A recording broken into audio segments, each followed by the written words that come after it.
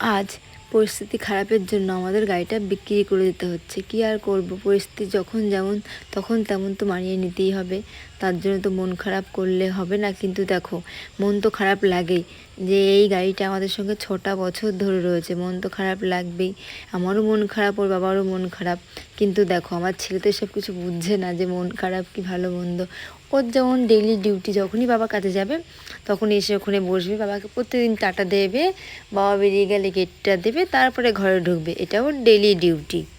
আজকেও তাই সেম, ও ঠিক যাওয়ার আগে চলে এসছে। দেখো, বাবাকে বারবার টাটা দিচ্ছে, কিন্তু ওর বাবা আর আজকে এদিকে চোখ করছে না, কারণ যে ওই যে মনটা খারাপ।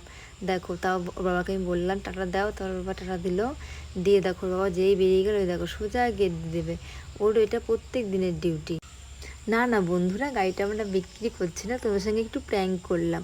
আমরা যেহেতু এই কদিনের মধ্যে একটা রিসেন্ট নতুন গাড়ি নেব, তার জন্য আজ গাড়িটা শোরুমে এক্সচেঞ্জ করব, তাই গাড়িটা শোরুমে দিয়ে আসতে গেল। হ্যাঁ, মন তো একটু খারাপ, কারণ আজ 6টা বছর আমাদের বাড়িতে রয়েছে গাড়িটা। আমরা সব জায়গায় ঘুরতে গেছি, তার জন্য একটু মন খারাপ। আবার একদিক থেকে মনটা খুশিও যে একটা নিউ মেম্বার বাড়িতে আসবে। আর তাড়াতাড়ি খুব সুন্দর সুন্দর ব্লগ আসছে। সবাই চ্যানেলটাকে সাবস্ক্রাইব করে নিও, আর কমেন্ট করো, শেয়ার করো, আর আমাকে একটু কমেন্ট করে উৎসাহ দিও। আর আজকে ভিডিও এডিট করতে গিয়ে গাড়িটাকে দেখছি, সত্যি কথা চোখে জল চলে আসছে। খুব মন খারাপ লাগছে গাড়িটার জন্য।